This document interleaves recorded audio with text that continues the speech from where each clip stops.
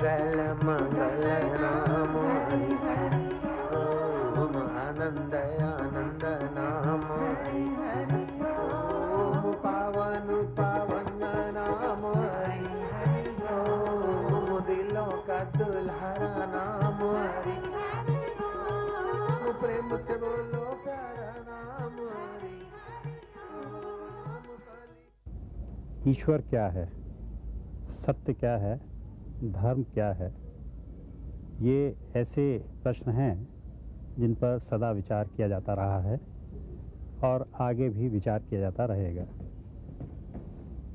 ये भी कहा जा सकता है कि ये ऐसे प्रश्न हैं जो समाज को भ्रमित करते रहे हैं। इस भ्रम से निकालने के लिए संतों द्वारा दिखाए गए मार्ग का अनुसरण समाज करता रहा है। समाज की मंजिल संत लोग तय करते हैं। उन्हें अगर समाज सुधारक या ज्योतिपुंज या प्रेरणा स्रोत कहा जाए तो अतिशयोक्ति नहीं होगी। संत बापू आसाराम जी भी उन्हीं में से एक हैं। लाखों श्रद्धालु उनसे प्रेरणा पाकर अपने जीवन में सदा अपना मार्ग तय करते रहे हैं और अपने भ्रमों को दूर करते रहे हैं। आइए इन्हीं प्रश्नों का जवाब संत बापू आसाराम जी से पूछते हैं।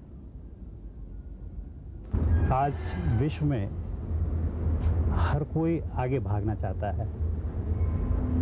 रास्ता सही है या गलत है उससे उसका कोई मतलब नहीं। सिर्फ दूसरे को धक्का देके उसे उस दौड़ में आगे पहुंचना है। इससे जो अशांति विश्व में फैल रही है, क्या उसे दूर करने का कोई रास्ता है? हाँ, क्यों नहीं, रास्ता है। दूसरे को धक्का दे के आगे बढ़ने की अपेक्षा दूसरे को आगे बढ़ाते हुए आगे बढ़ने का रास्ता है। किसी की टांग खींचकर आगे ऊपर उठने की बजाय साथ में आगे बढ़ने से शांति का संबंध है। Every action create in reaction. हम जो भी करते हैं घूम फिर के हमारे पास आता है। हम भले विचार करेंगे, भलाई करेंगे तो हमारे चित्त में भले भाव पैदा होंगे। सामने वाले का हम अहित करें, उसका अहित हो चाहे ना हो, लेकिन अहित के विचार से हमारे चित्त में अशांति और धड़कनें बढ़ जाती है। विश्व में अशांति क्यों है कि विश्व ने शांति का जो मूल है उसको भूल गया और इंद्रियों को तृप्त करने के लिए पीछे पड़ा है। जितना भी इंद्रियों के भोगों के पीछे फास्ट भागेगा उतना ही मन की चंचलता बढ़ेगी, उतना ही कूड़ कपट धोखाधड़ी करके सुखी रहने की कोशिश करता है। हकीकत में दूसरे का शोषण करके, दूसरे को दुखी करके जो सुखी होने की कोशिश करता है वो प्राचीन काल से आसुरी स्वभाव वालों की लिस्ट में गिना जाता है। आसुरम भावम आश्रिता, वो आसुर भाव का आश्रय करते हैं।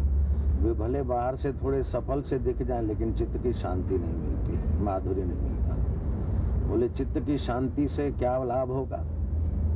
चित्त की शांति से प्रसाद की प्राप्ति होगी।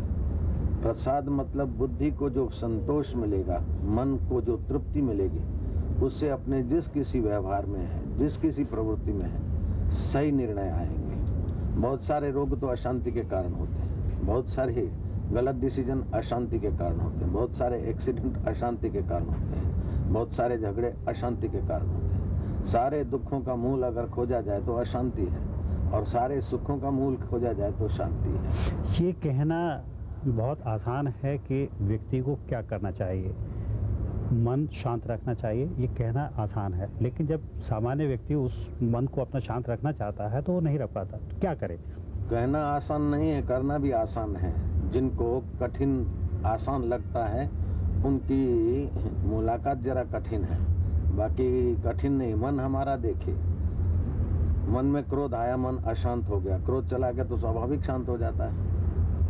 दरिया में या नदी में आंधी तूफान आई या हवाएं चली तो लहरें उठी, हवाएं शांत तो लहरें शांत।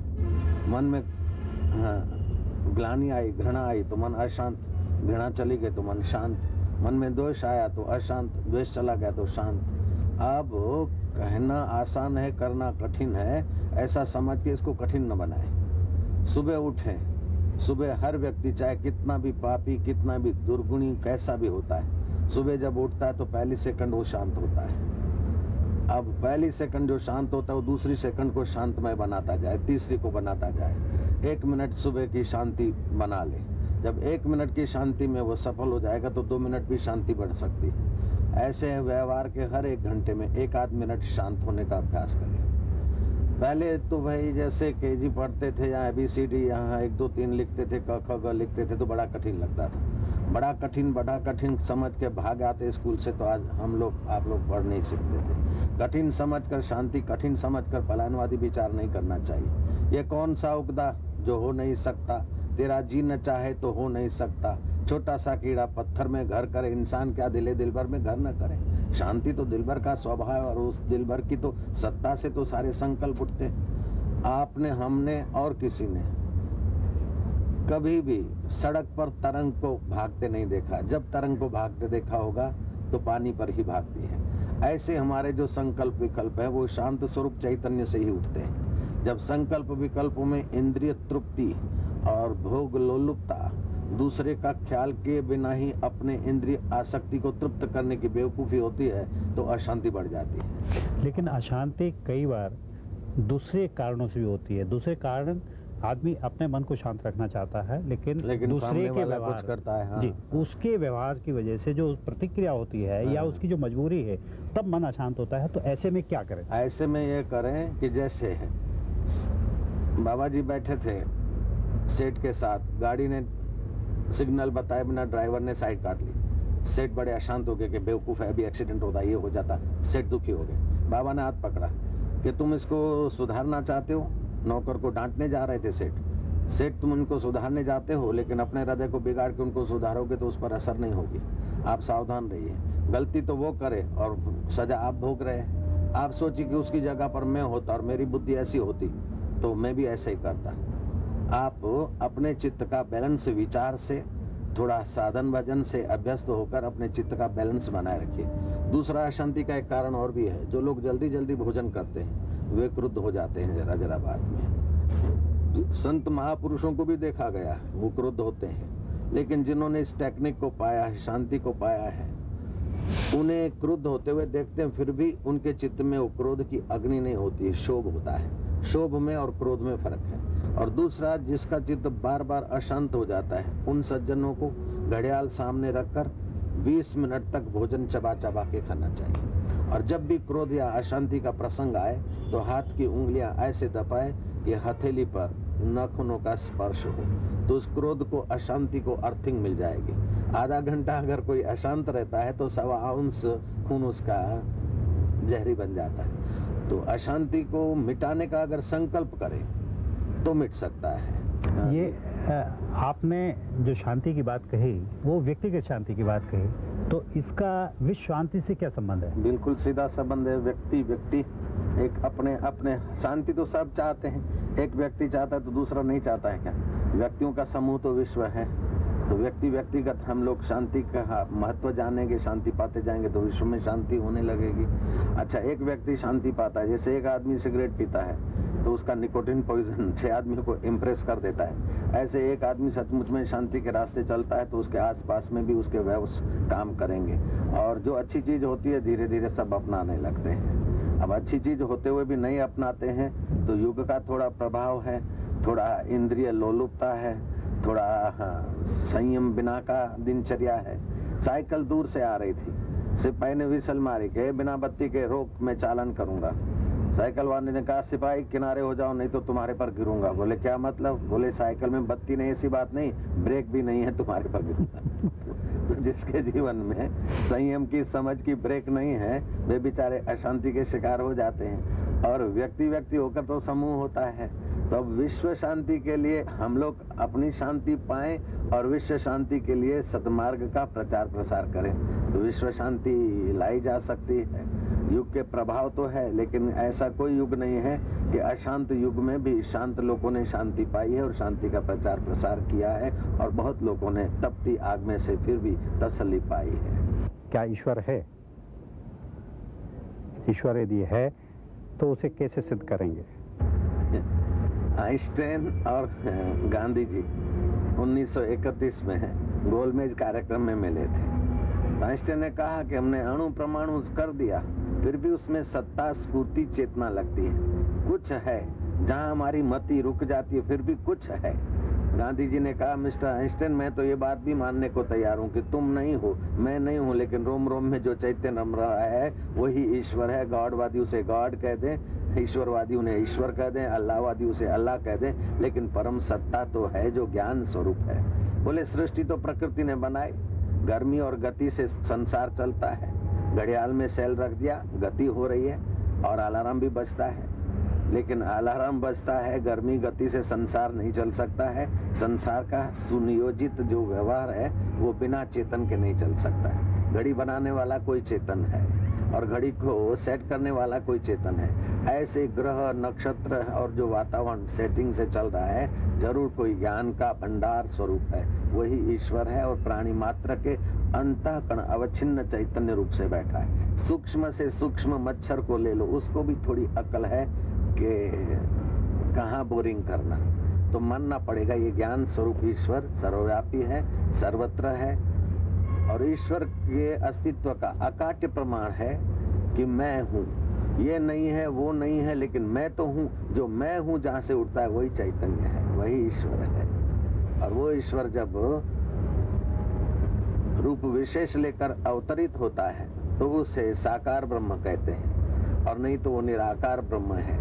जैसे सूर्य के किरण सामान्य रूप से सूर्य का प्रकाश सर्वत्र है, लेकिन आईना लेकर रिफ्लेक्स करते तो दीवार को दो प्रकाश प्रकाशित होते। ऐसे सामान्य सत्ता रूप ईश्वर है, लेकिन जहाँ जहाँ अंतःकरण है वहाँ ईश्वर का ज्ञान, ईश्वर का आनंद, ईश्वर की चेष्टा दिखाई देती है, ईश्वर की चेतना। ईश्वर से जुड़ा हुआ एक और प्रश्न है जी, धर्म। धर्म क्या है और धर्म का और ईश्वर का क्या संबंध है, और इन दोनों का मनुष्य से और विश्व से क्या संबंध है? बढ़िया सवाल है। धर्म क्या है? इंद्रियों के बेकाबू होने से मनुष्य नर पशु की नाई जीवन गुजारता है। धर्म उसे संयत करता है। शास्त्र शस्त्रातीति शास्त्र जो हमारे मन इंद्रियों को अनुशासित करके पतन से बचाए, तो धर्म हमारे भोग को नियंत्रित करता है, हमारी ऊर्जा को, बिखरती हुई ऊर्जा को नियंत्रित करके सही रास्ते लगाता है। और सही रास्ता ये है कि मुक्ति, शाश्वत आनंद, शाश्वत जीवन। जो शाश्वत आनंद है, जीवन है, वो ईश्वर है, और ईश्वर से जोड़ने वाला धर्म है। संयमी बनाकर, अंतःकरण को शुद्ध करके, चित्त को एकाग्र करके परब्रह्म परमात्मा को पाए हुए महापुरुषों को झेलने की, समझने की क्षमताओं का विकास करने वाला जो व्यवस्था है उसे धर्म कहते हैं। एक ऐसा ही प्रश्न है कि सच्चा सुख और सच्चा सत्य क्या है? सच्चा सुख वस्तु, इंद्रिय और मन की वृत्ति से जो सुखाभास होता है उसे मिथ्या सुख बोलते हैं। वस्तु, इंद्रिय और मन के रह न होने पर भी, मन के दौड़ धूप या मन उन विषयों को न भोगते हुए भी जो परम शांत स्वरूप आत्मा में विश्रांति पाता है उसे सच्चा सुख बोलते हैं। सत्य एक होता है, उसको कहा आद सत्य, जुगात सत्य, है भी सत्य। एक होता है सत्य, दूसरा होता है सत्य। 2 और 2 4 सत्य है, ये सामाजिक सत्य है, लेकिन सत्य 2 और 4 का साक्षी है।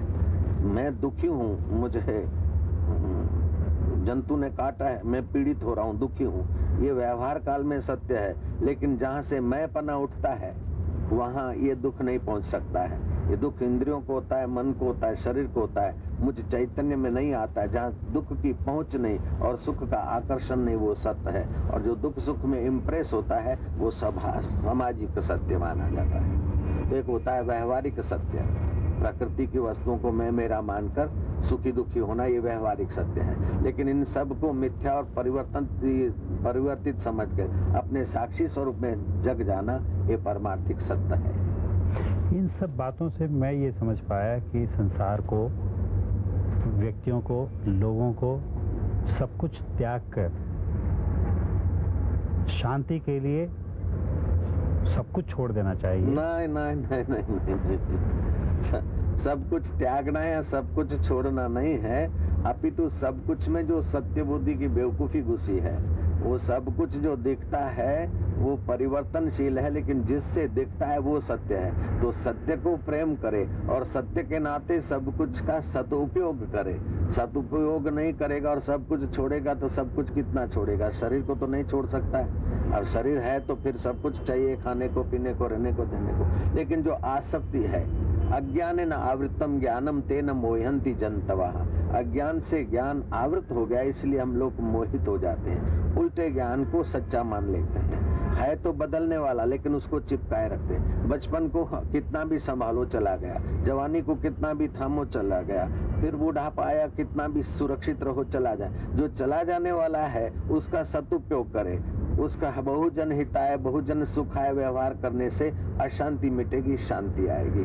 और सत्य में प्रवृत्ति कर ले कि भाई दुख आया और चला गया, लेकिन कोई देखने वाला तो है। सुख आया और चला गया, कोई देखने वाला तो है। जो देखने वाला है वो कौन है? वो कौन है, ऐसा अपने को प्रश्न करे रात को सोते समय और सुबह उठते समय। तो वो कौन है, वो अपने आप कृपा करके प्रकट होने के द्वार खोल देगा।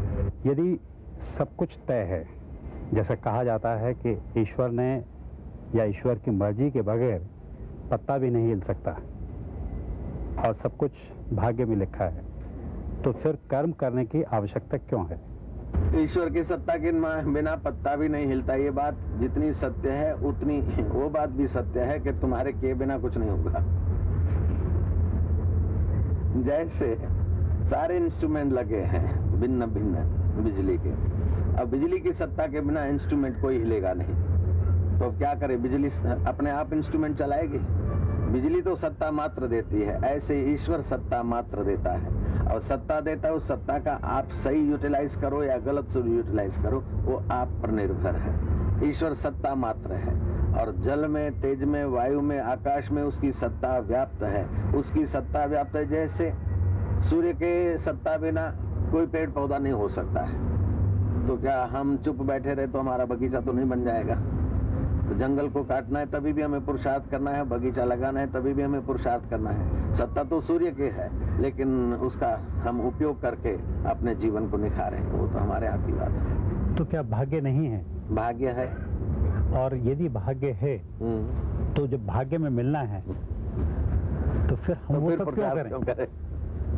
देखिए जी, आज का पुरुषार्थ कल का भाग्य है। भाग्य भी 3 प्रकार का माना है वेदांत में। एक मंद प्रारब्ध, दूसरा तीव्र प्रारब्ध, तीसरा तर तीव्र प्रारब्ध। पूर्व काल में मैंने कोई गलती की है, कोई पाप किया है, नॉर्मल पाप किया है, मीडियम पाप किया कि बड़ा पाप किया है, अथवा पूर्व काल में मैंने पुण्य भी ऐसा किया है, साधारण, मध्यम या उत्तम। तो पूर्व काल का अगर उत्तम मैंने तीव्र पुण्य किया है तो मुझे सुख सुविधाएं मिलेगी। अब सुख सुविधाएं तो प्रारब्ध वेग से मिली, थोड़ा सा आयास किया और मिली, लेकिन मेरा पूर्व का नहीं है, तो मेरे जितना पुरुषार्थ दूसरे लोग करते तो उनको नहीं मिलता, मेरे को आसानी से मिलता है। अब मैं उसमें आसक्त हो जाऊं या उसका उपयोग अपने लिए, बहुतों के लिए करूं, उसमें मैं स्वतंत्र। आपसे प्रेरणा पाकर लाखों श्रद्धालु अपने जीवन में ज्योति जलाकर अपने जीवन को सफल बना रहे हैं। आपके अपने जीवन का क्या प्रेरक प्रसंग है जो उनके जीवन की जो ज्योति है वो और ज़्यादा प्रज्वलित हो और उनके जीवन का मार्ग और ज़्यादा खुले, साफ हो? प्रेरक प्रसंग तो बहुत सारे हैं, एक छोटा सा कह देता हूँ खुले आम में। तो कि रात्रि को सोते समय हम कभी चिंता लेके, थकान लेकर नहीं सोते हैं। जो दिन भर हुआ, जिसकी सत्ता से हुआ, उसको अर्पण। मैं निश्चिंत नारायण की गोद में जा रहा हूँ। ईश्वर का, परमेश्वर का चिंतन करते करते आनंद, निर्विषय आनंद आता है, फिर हम सोते हैं। और सुबह जब उठते हैं तो रात्रि की आखिरी सेकंड सुबह की पहली सेकंड बन जाती है। सुबह जब उठते हैं तो उसी शांत आत्मा में, ईश्वर में विश्रांति पाए पाए थोड़ा सा माधुर्य का अनुभव करते करते फिर उठते हैं। श्री कृष्ण ऐसा करते थे, ये शास्त्रों से मैंने बात जानी। आज ये शुभ करना है, सुबह संकल्प कर लेते थे और अपने को प्रसन्न रखते थे। आम लोगों को प्रेरणा पाना है तो ये करना चाहिए कि आज कम से कम 4 आदमियों को हंसाऊंगा, 2 आदमियों के आंसू पोंछूंगा।